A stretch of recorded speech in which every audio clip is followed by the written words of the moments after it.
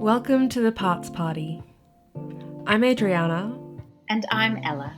and this is your invitation to hang out with us and our beautiful guests as we explore the lived experience of internal family systems.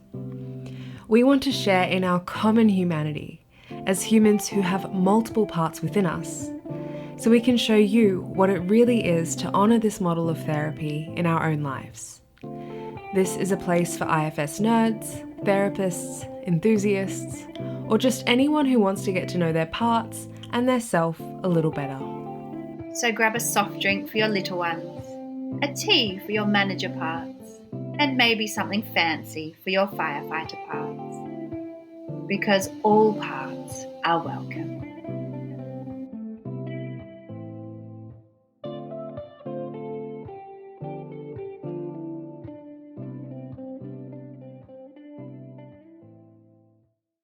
Cath Leith is a Level 3 certified IFS therapist and IFSI approved clinical consultant and video reviewer. She has recently completed the lead trainer program with the IFS Institute and helps with the teaching of Level 1 trainings for IFS Australia and New Zealand. She brings a wealth of experience in supporting others through trauma and transformation. Cath runs a private online practice offering IFS therapy and clinical consultation, and as a social worker, she draws on over 18 years of experience working with children, families, and communities across government, non-government, and private settings. She is known for her depth, her warm, compassionate presence, and her sense of playfulness and delight in others. Cath lives in Wollongong, New South Wales, where she finds joy in bushwalking, kitesurfing, dancing, playing music, and diving into wilderness and adventure wherever she finds it. Welcome to the Parts Party, Cath. Thank you. It's lovely to be here.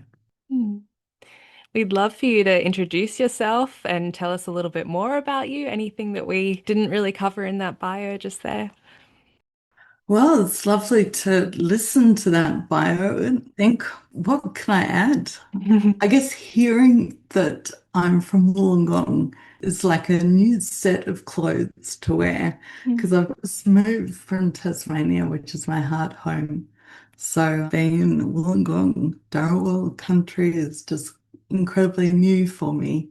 And I get a shock when I look out the window and see the ocean here and there's a palm tree and Norfolk pines and I just go, wow, that is so different.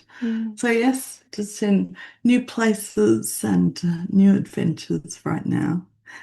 And also just loving the chance to be involved in level 1 trainings. It's just so incredible to meet so many therapists and practitioners entering the IFS space. It's just a lovely meeting, so many incredible souls. Such an amazing experience to be part of. So fun, all the different aspects of it, and just connecting on a parts level and self level with people is really fun because it's not the language that you can use every day a lot of the time. That's true. That's so true. And it's such a sort of a long, deep journey and process to go through a level 1. It's really kind of a start and a middle and an end. And it's deep and it's real because people are learning IFS and also processing their own material as they journey through that. So we get to meet each other on a very real level, and that's pretty special. So very grateful for that. Yeah, amazing. I'd really love to hear about your journey, how you actually came to find IFS and yourself as a system of parts rather than one fixed personality. Aha. Well, let's see. I think I was working in complex trauma for many years, and the people I was working with, I started working with parts intuitively because people would be describing parts of them, and I'd be like, okay, so now I'm with this little girl and we're down in a cave. And then I'd be, what do I do now? Where do I go now? And so I was just like, I need a roadmap for this, and was really looking around for a framework and a roadmap because I was sure it must be out there. And it took a while. And I was with this wonderful team, and we found that we were working with children who'd experienced family violence and doing trauma recovery with children. And we found that we'd be able to do a whole lot of work, but we we're getting stuck by a whole lot of protectors, a whole lot of parts that didn't want the work to go any further. Mm. And so I think as a team, we all found IFS and embraced it together. So I had this incredible experience of having a whole group dive into IFS all at once. And as soon as I found IFS, it just made so much sense to me because every single person I'd ever worked with just seemed to have this beautiful shining soul inside them. Mm.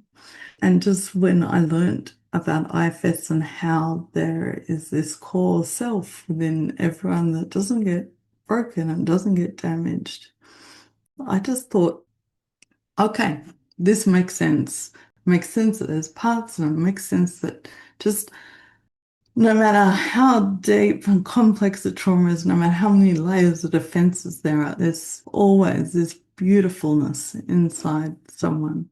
And so I just dove into IFS and embraced it. And quickly, that was actually my main gig. That was all I did after that point. And then I started to get curious as to why did I see this beautiful core shining part of all the clients I worked with, but I didn't necessarily see it with everyone else in the world outside of work. And I was like, what is it inside me that means that I can see it in people who it's sort of part of my job and my role, but not necessarily in someone who shouts at me down the street. Mm. And so then I was really looking at, my protective system and the parts of me and, just how I engage with the world. And so I had a great therapist and did my own therapy and explored so much within myself and really started to see the incredible benefits for me that I could get and just love the fact that IFS could be a whole of life, a whole of life way of being for me, not just this is work and everything else is outside of work. Mm. Really. That's so beautiful. Yeah. And how do your parts show up, Kath? You said you started to kind of recognize them later after you'd got to know them in your clients. Do you have more voices or images or somatic? What's your way of relating to your parts? So in therapy, there's a real mix, like a real mix. Like some parts are really visual and some are just felt and some are somatic. I feel like there's a real sort of multimodal approach in my system. And sometimes I really have to work like be with the part for a while before it really sort of becomes a sort of crystallized, visualized kind of being within my system. And then I have a few parts within me that stay as visual beings, as sort of concrete characters. And then others are just some more these sort of felt presences that I relate to and know. So, yeah, a very diverse inner system, I guess. Yeah. Hmm. Yeah, I'm just thinking about how you said that it's not just a model of therapy that you work with within the therapy space, but it's something that filters out into our daily lives. It's a way we start to live. And even as you're describing how you interact with your parts in the therapy room and how they can show up and they can start to kind of crystallize and form visual images, maybe, or little beings that you can actually see after an ongoing relationship you're forging with them. But then also, yeah, kind of noticing how it shows up in your day-to-day life when you're not there with a therapist sitting in front of you, guiding you to interact with that part, but what it's like on that kind of day-to-day basis to go, oh yeah, that's a part of me that's showing up. It could be a behavior or just a felt sense that starts showing up and you kind of unprompted without a therapist guidance, you're going, oh yeah, now I'm just interacting with this part. And it's so freeing to be able to have that gift, that kind of language that you're able to just bring into your daily life. Yeah, I love that. And just it sort of unhooks, like, I guess, the parts of me that might like to globalize or, or just get really stuck in this kind of blinkered way of seeing the world. And then just to go, oh, yeah, that's a part that's with me right now. And also, I can, instead of trying to like send it away or get rid of it or combat it, I can invite it in and invite it closer Mm. and go, actually, instead of telling you how to be, which is usually parts of me that might say, don't be here, go away. So instead of doing that, I can just actually go, hi, like, what do you want? What do you want? Like, what do you need? Like, come in. What would you like me to know? And Mm. it just softens things. And I love that opportunity to soften inside because sometimes the harshest places can be inside ourselves. Yeah. So true. Yeah. Hmm. So that's been beautiful, having a softer inner landscape. Mm. Yeah, it's gorgeous. Mm. And what you were saying before, as you were describing seeing just that core self, or as you said, just that core soul that's inherently good, that can't be broken within everyone. I often think about parts in that way as well. It's like we have a core self, but parts, it's what Dick says, every single part has a pure and positive intent. And as you said, it's not about getting rid of, but inviting it in and saying, okay, why are you here? And that softening, as you said, we have so much harshness inside, and it can be scary sometimes if you think that there's a part of you that's too dark. And when you kind of realize that they all also have a golden center of them that's pure, it makes it a lot easier to be able to kind of soften into the ones that you think maybe are too dark to be able to welcome. I love that you speak to that because I love how it's kind of, seeing, the self energy in our clients and also then working with clients' parts and just seeing how beautiful their intentions are and the self energy in the parts of them and then seeing self energy in us and the self energy in our parts or in our parts and then, starting to see that in the people around us and just starting to, I guess, feel that in a group, in a room, just starting to feel what having all of these people's energy together in the one space is, and then tuning into, I guess, like this greater sense of greater self energy. It just feels like, flowing out in every single direction, this expansive way of feeling connected, which doesn't even need to have much language around it, just a wonderful way of experiencing an openness to what's there, what's around, and feeling connected. Mm. Yeah. You've brought up a few things that are really kind of sitting with me around the community and other people. And even when you were describing your experience of discovering IFS and the fact that you did it in a group.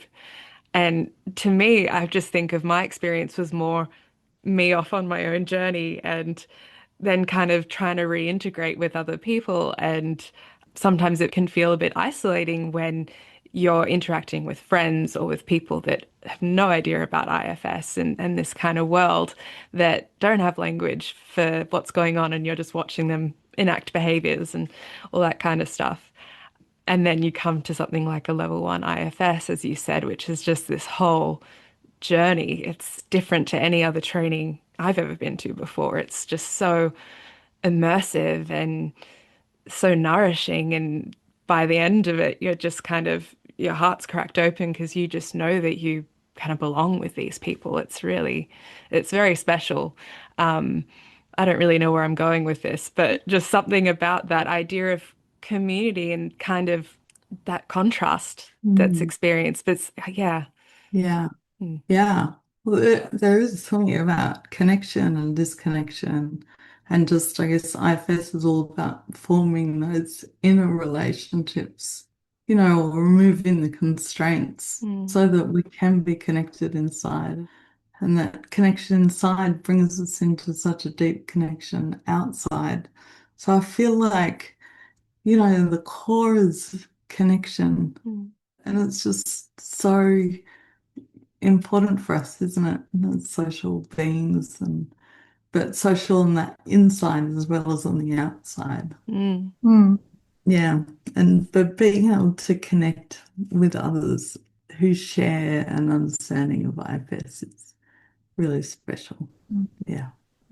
A lot of trainings for therapists do a little bit of inner work, but usually it's quite intellectual. And so, of course, all therapists are hopefully beautiful at having rapport and connection with people, but doing an IFS training, it's a different experience, isn't it? It's quite transformative. I was even thinking of the word like initiation into a kind of deep dive inside, which some people I know would be straight up, connection, the self in other people.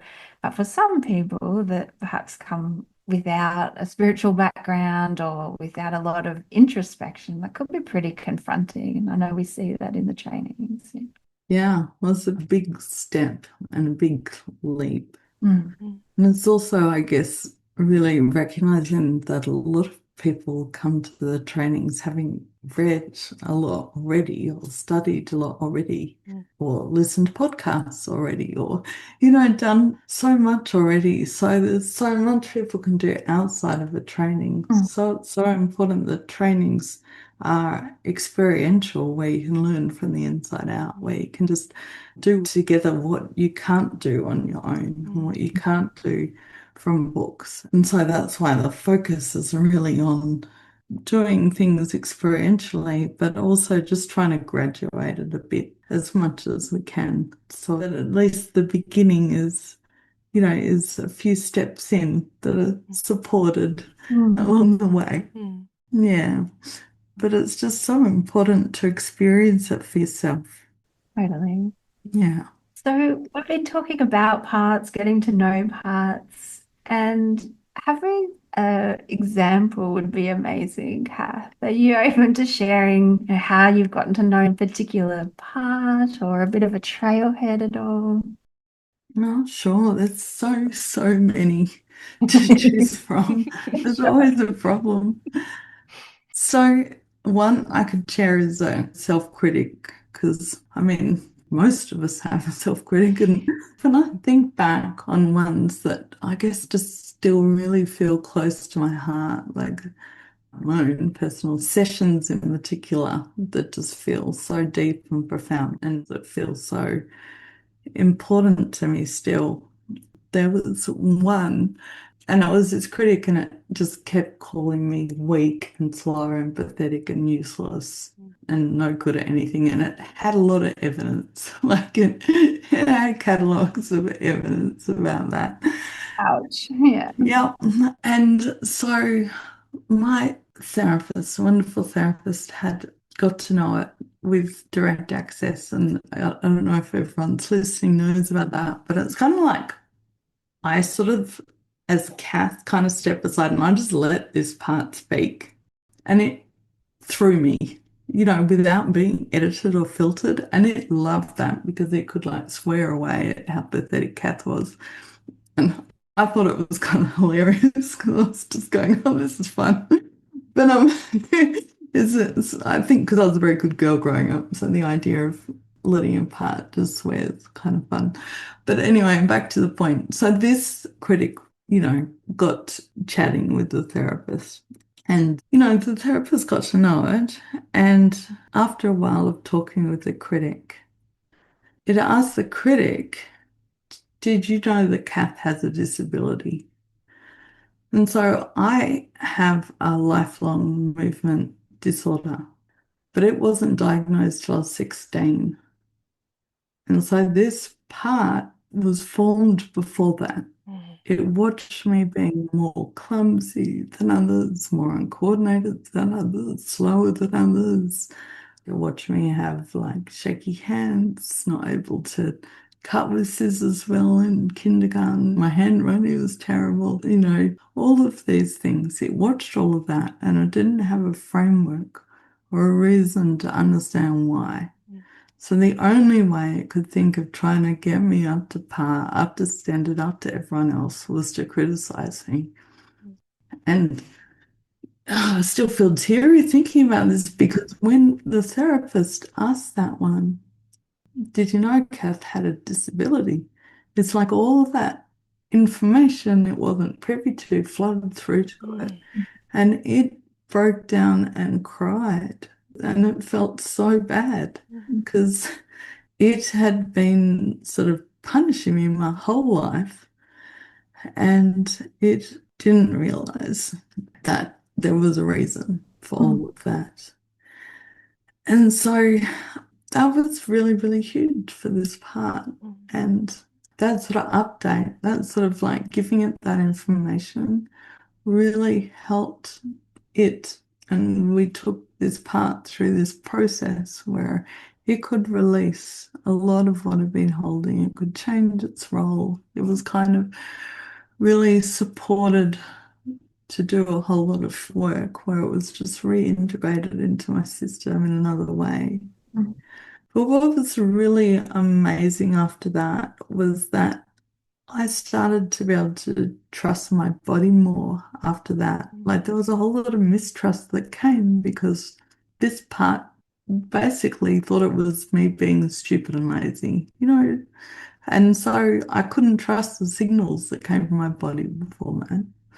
So this, I could trust my body. It felt like my body made sense. I could trust the signals coming through. I could listen to it, and there wasn't that self-blame. So it actually really started to change the whole landscape. And it really was one of the few sessions that really led to about a year's worth of work in changing my whole relationship to my body and disability and how to be with myself. And I thought it'd be great to share that one because I just think of just how many critical or self-hating or self-loathing or judgmental or comparing parts of us have come in our lives really early when we don't have the information we needed to have back then. Or or maybe like we grew up in a world that wasn't set up for us in some kind of way, or we had messages that, whether it's our culture or whether it's like any way of being, that the way we were was wrong for the people around us, and also like we're wired for survival. So we have to, I guess, focus on attachment to the people that are caring for us over our own authenticity. But just all these parts get sort of conscripted into this early and don't maybe have the information and the updates they need. And it can mean a lot. And so I just love that part of the work with clients and being able to be with parts and support them.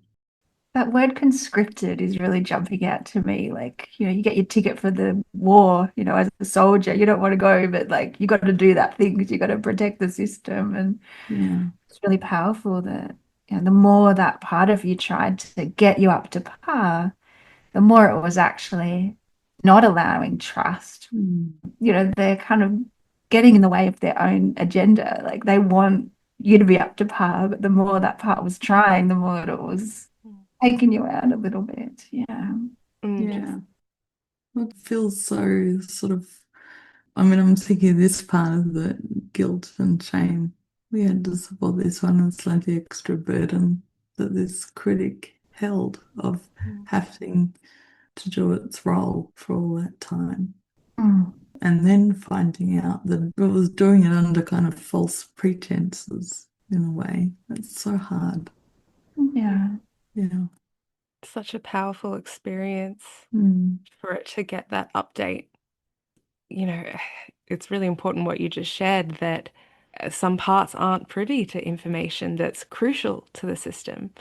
And so, as you said, it's kind of counterintuitive. It feels like it has no option but to protect you through this technique that doesn't actually work. But it didn't get the information that other parts in the system or adult you or 16-year-old you got about your body. And so it was operating on false information and doing the best it could with that false information. And the amount of compassion that just arises for that part when it realizes that. Yeah. Yeah. And you said that that part then was able to go through this journey of kind of unburdening and releasing and being able to form a new relationship with you and change its role. And I'm really curious if you wanted to share how its role has shifted, what does feel more natural or true for it in the system now that it's had that update? Yeah.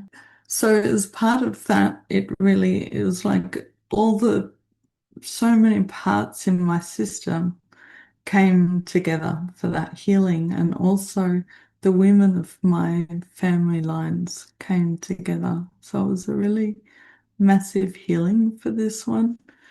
And so it just came into really as one of the parts that really, I guess, preserved and continued my womanhood, Mm, to carry on that aspect of me. beautiful. Yeah. And I often love how sometimes our critics become some of our greatest supporters.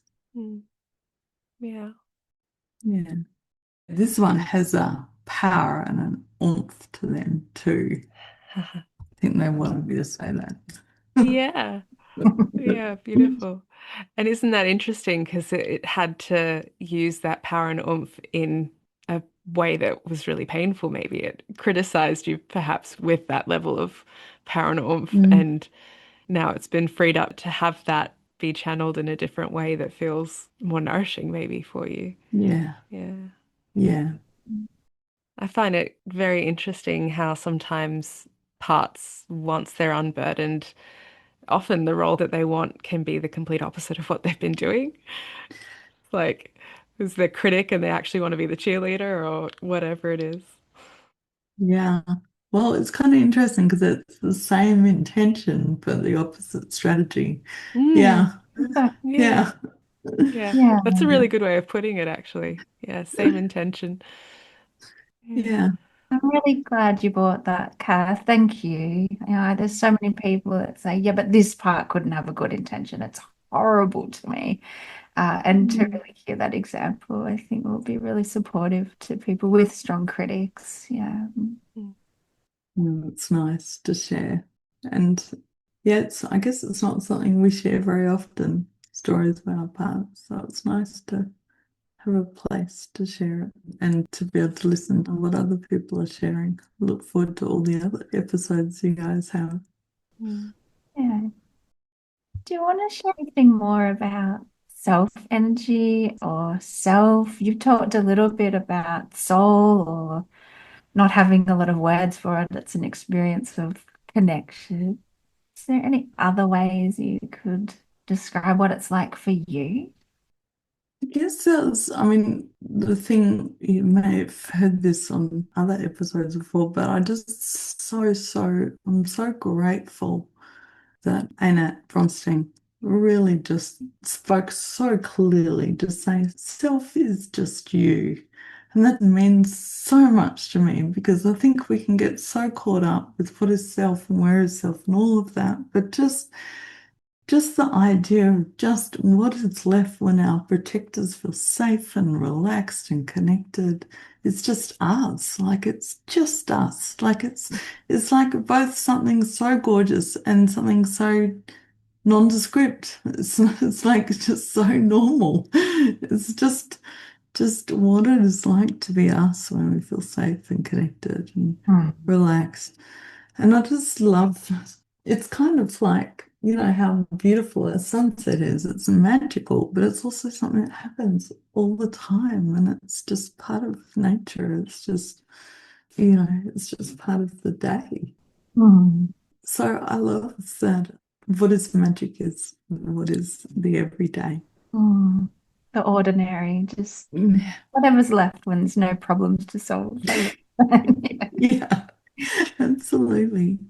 And so I've really enjoyed the onion layers of getting to know parts and supporting parts to relax and getting to know parts and supporting them to relax and getting less hung up. I think at the beginning it was like, okay, how many parts are there? I have all my parts, and then this guy actually, it's just this beautiful process of discovery and connection and Mm. thinking more of my inner world as an inner universe, as an outer universe, an inner universe, and more the process of just getting to know onion layers and self as a spectrum and self energy as being on a spectrum and just it's that we're constantly moving along this spectrum and there doesn't need to be this checking process like how much self energy is there and how much not, but just allowing for the unfolding and the curiosity of what does it feel like to have an experience self energy, and I guess just watching it. Like I've just watching it over the years, what happens when you do a lot of therapy and when you just the world seems different and people seem to notice different things about you and opportunities seem different and just people respond differently. It's almost like when we work with parts, we know when there's a lot of self energy, when parts really open up to the client self. And also when you're out in the world, it's almost like there's a lot of self energy when people and opportunities and things open up and just watching it. I feel like I'm just curiously watching the process in myself, in others, and just taking joy and delight in that. Mm. So beautiful. Mm. I really loved what you said about the sunrise or sunset. It's so beautiful, but also it happens every single day. Yeah. And something about being able to just tune into it and notice it. Yeah. Sometimes parts are like there can be a sunrise and they don't appreciate it at all if they're, in their thing, but it's still there and it's still beautiful. Yeah. Mm. Yeah. We can't find more self. We just need to turn back towards ourselves. Or it's not quite it even, is it? It's just, having the parts make enough space to really be with what's always there in its fullness and its entirety. Mm. Well, I love that. As soon as you turn towards the part, there's self-energy Mm. because you're turning towards the part. Yeah. So Mhm. all we need to do is turn towards parts, be Mm. with them. Exactly, because who does that turning? Mm. Yeah. Mm. And yeah, and I also love our parts. I love what they do and their energies and their vibrancies and their colors and flavors. Mm. Yeah. It's so beautiful. Yeah. I'm really curious. At the beginning, you were speaking about how you noticed that in session you had all this self energy and you could see the core self of all your clients. But then when you turned out into the world, you weren't able to have that same feeling. And I'm curious if that's shifted because you said that kind of was some of the catalyst for you to turn inward for your own work. And what's it like now? Yeah, that shifted a lot. I think IFS helped in a lot of ways because a lot of that happened because due to my disability, I mean, Australian sport was pretty big when I was a kid in schools. And if you couldn't play sport, you were pretty on the outer. So I had a very rough time at school when I was young. And so groups when I was young weren't safe places for me, which is probably why then, of course, parts of me made me want to do lots of group work, of course. And so I guess coming into IFS and, doing the trainings myself and then PAing and then getting into training and being around all these groups, I could just see how each time parts of me felt safer and safer in groups and, and my own work around, I guess, just feeling safe in the world and being in the world. And of course, fear is what is at the base of how protectors need to protect. And so, as soon as the fear wasn't there anymore, as soon as a whole lot of exiles and young ones were unburdened and attended to, my protectors didn't need to protect, and the world was less scary. And then it's just so much easier to see, everyone actually more as they are in the world rather than through the lens of protectors. Mm. I mean, I'm still human, of course. We're still human. But it feels much more balanced these days, which is great. Yeah, yeah. That other people can kind of resonate with that. You sort of alluded to as you go around in the world, when you're feeling there's room from your parts and you can feel yourself, that others kind of spark or vibe to that. You kind of Yeah, pick it up, others, yeah. yeah. Which is so, so nice. And it's so good to take my little ones out in the world with me and they can see that, yeah, you can move around the world in a different way. And then you can also experience others in a different way. Mm. Yeah. Is that something you do kind of consciously, like bring little parts of you on little dates to things they might enjoy, or is it just a sense as you go around your life that your little inner ones are with you? I think it's like post unburdening when I've got like, okay, I've got 30 days. And they're ones that want to go on adventures in the world. Cute. That's adorable. I love like doing real things Yeah, to integrate parts, like having an object or doing an activity. I think it's yeah, cute. it's really cute. And they tell you you've got to jump on top of like railings and things. Like, okay, I think I can do this one. Maybe not that one.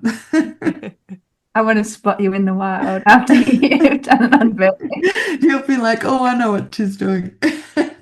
I got you. How old is that one, Kath? Yeah. So before we start to wind up, Kath, do you want to share some of the wonderful things that you're offering? Ah, great. Well, we've got, I think the main thing happening is we're just, I guess, so aware that, well, we started this talking about groups and how beautiful it is to come together as therapists and practitioners. And there are a few things that are already happening, which are really lovely through my and beyond, like community calls and things like that. But as an extra thing, myself and Maddie Goodworth putting together a retreat, which is later in the year. So it's in November, the 2nd to the 6th of November this year, 2025, in Byron Hinterlands, which is a 4-night retreat. And we hope to do, I'd love to be able to do one a year or something, but just as something in Australia for therapists and practitioners to come together to really take time out to pause, to really tune into their bodies, to really nurture and support their therapist parts, just really to come together in community, but in a way that's really nourishing and supportive of their system. And so we've still got a few places left in that. And that is for people that are level 1 trained and above. Yeah. Amazing. Cannot wait. And we'll put a link in the show notes if there are therapists listening that feel like attending. Yeah. Yeah. So that'll be lovely. So we have that. I think that's the only thing beyond, of course, there's just so much happening with Simon's things through Mind Beyond. Jenny Feevig's got a training up soon on neglect that's starting very soon in a couple of weeks, I think. And there's the regular community calls, which if people don't know about it, contact Mind Beyond. They're really lovely. They're for therapists and practitioners, but one is for those that are level 1 trained and above, and one's for those that have done intro courses or, the IFS informed. Hmm. Yeah. Ah, It's so lovely to hear all the ways that we can have community beyond just the trainings. I think it's so important. yeah. Well, it's so wonderful that we're really, Simon's done all this groundwork for so many years to build this in Australia, and now having 3 people in Australia are able to provide trainings, and the trainings are growing. We've got this growing and growing community, and podcasts growing, and we've got like just this whole, I guess, bed of things happening, and so I think it's time for just for a lot more cross-community fertilization now, which is good. Lovely. Mm. And now, do you have a quote or a poem or anything you'd like to share with us? Yeah, I'd love to share one called The Most Important Thing from Julia Fehrenbacher. And I've picked this one because this is what I feel IFS can do and what is kind of so important in the work. And I was talking about feeling safe in the world, but I also think, that comes from feeling safe inside ourselves. Okay. The most important thing, I am making a home inside myself, a shelter of kindness where everything is forgiven, everything allowed, a quiet patch of sunlight to stretch out without hurry, where all that has been banished and buried is welcomed, spoken, listened to, released. A fiercely friendly place I can claim as my very own. I am throwing arms open to the whole of myself, especially the fearful, fault-finding, falling apart, unfinished parts, knowing every seed and weed, every drop of rain has made the soil richer. I will light a candle, pour a hot cup of tea, gather around the warmth of my own blazing fire. I will howl if I want to, knowing this flame can burn through any perceived problem, any prescribed perfectionism, any lying limitation, every heavy thing. I am making a home inside myself where grace blooms in grand and glorious abundance, a shelter of kindness that grows all the truest things. I whisper, Hallelujah, to the friendly sky. Watch now as I burst into blossom. Gorgeous. So much permission in that poem. Thank you, Cath. Yummy. Yeah, it's lovely. It's gorgeous. Yeah. Just felt like sunlight, like sunlight on all parts. You're warm and fuzzy. Yeah, definitely a warm, fuzzy one. Yeah. Thank you so much for gifting us some of your beautiful presents, Cath. It's been a delight to chat with you. Oh, thank you so much. It's been lovely, really lovely to see you both and to spend this time. Mm. Yeah, and thank you for having me here. Thank you. Thank you for being part of the Parts Party with Adriana and Ella. We hope you enjoyed being with us, and we wish you many moments of self-leadership. We'd love your support by liking and subscribing, and we hope to see you next time.